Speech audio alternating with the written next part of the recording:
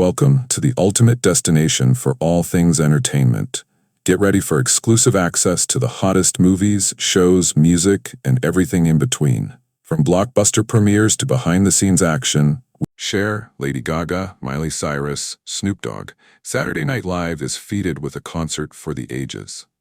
By the time Cher sang "If I Could Turn Back Time," it seemed as if time had indeed been turned back, and every single Saturday Night Live musical guest of 50 years had magically found their way to Radio City Music Hall.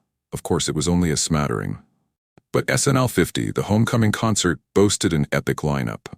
It was an evening of memorable solo performances and often fascinating one-time-only collaborations. Raitt and Chris Martin, Arcade Fire, David Byrne, St. Vincent and the Preservation Hall Jazz Band, Malone and Nirvana. The concert, hosted by Jimmy Fallon, was only one element of what has become an enormous celebration of the show's 50 years in existence.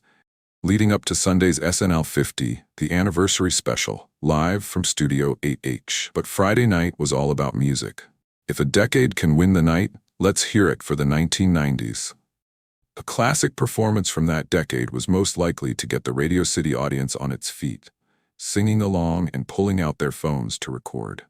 The Backstreet Boys proved irresistible when they broke into "I Want It That Way." Snoop Dogg may have sung "Gin and Juice," but he was trailed by enough smoke to give nearby audience members a contact high. Wearing a gigantic coat befitting a winter night, Lauryn Hill commanded the stage with Wyclef Jean, and the crowd melted at the first notes of "Killing Me Softly." Naturally, some former SNL cast members reprised old characters with varying levels of success. The Culps, the stuffy music teachers played by Will Ferrell and Anna Gasteyer, hit harder and funnier than they ever did on the show. Their attempts at being current were hilarious, and they even worked in a few verses of "Not Like Us," with a plea for harmony between Kendrick Lamar and Drake.